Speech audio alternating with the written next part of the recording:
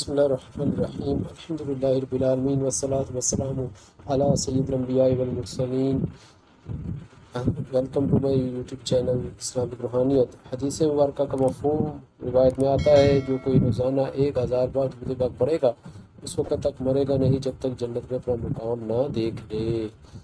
تو ہمیں بھی چاہیے کہ 1000 بار بلکہ اس سے بھی زیادہ بار روزانہ درود و سلام پڑھیں، کہ انشاءاللہ اس کی برکت سے اللہ تعالی ہمیں موت سے پہلے جنت میں اپنا مقام دکھا دے گا۔ تو کوئی بھی درود و سلام میں پہلے بھی عرض کر چکا ہوں کہ جو مختصر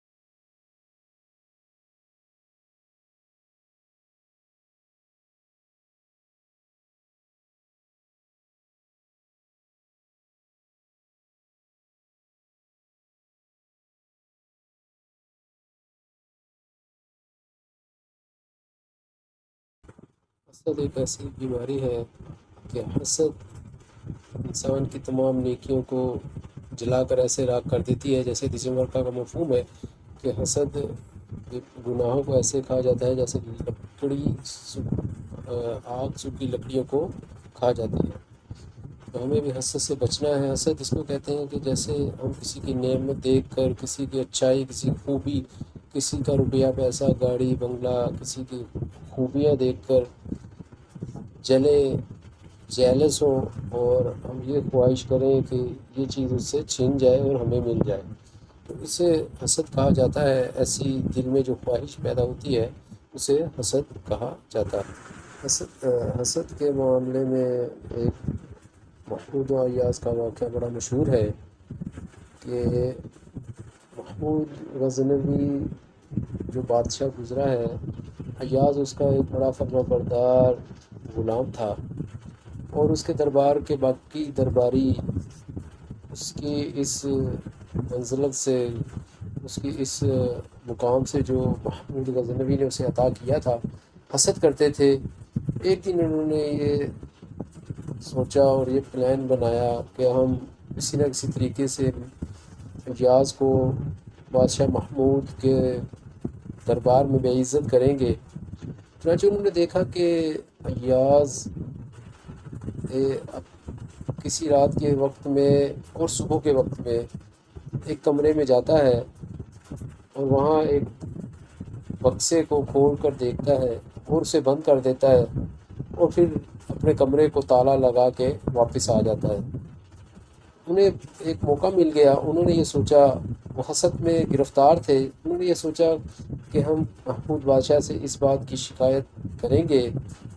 اب انہیں یہ موقع مل گیا تھا، چنانچہ اس نے ان درباریوں نے بادشاہ کے دربار میں جس طرح رخسار ہوئے کہ اے بادشاہ سلامت، ایاز جو آپ کا بڑا فرمان بردار غلام ہے، اس نے اپنے کمرے میں آپ کے قیمتی ہیرے جواہرات سے بھرا ہوا بکسہ چھپا رکھا ہے، اور وہ صبح اور شام ادھر جاتا ہے اور اس کو دیکھتا ہے، پھر اس کو بند کر دیتا ہے اور اپنے کمرے کا تالا لگا کر واپس آ جاتا ہے۔ تو اس کی انویسٹیگیشن کرائی جائے، اس کے متعلق انکوائری کرائی جائے کہ آیا اس بکسے میں اس نے کیا چھپا کے رکھا ہے۔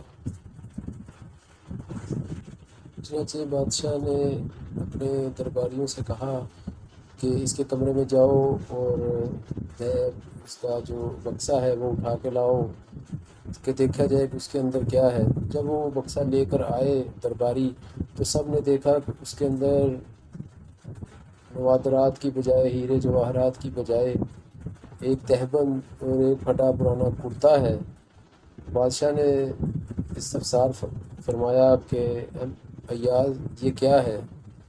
تو ایاز کہنے لگا کہ جب میں گاؤں سے آیا تھا بادشاہ سلامت، میرے پاس ایک تہبند تھا اور ایک یہ پھٹا ہوا کرتا تھا، تو میں اس لیے اس کمرے میں جاتا ہوں صبح اور شام اور اپنے آپ کو مخاطب کر کے کہتا ہوں کہ تو بادشاہ کا فرما بردار رہنا کہ جس نے تمہیں اتنا نوازا ہے، وہ اپنی اوقات کو نہ بھولنا۔